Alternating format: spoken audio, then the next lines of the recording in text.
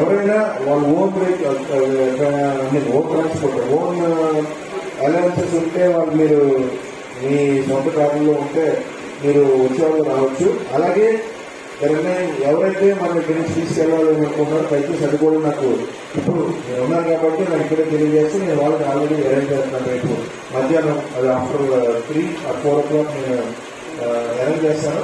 So అక్కడికి వెళ్ళిన తర్వాత మన అందరికీ అకామిడేషన్ అనేది ఏర్పాటు చేశాను.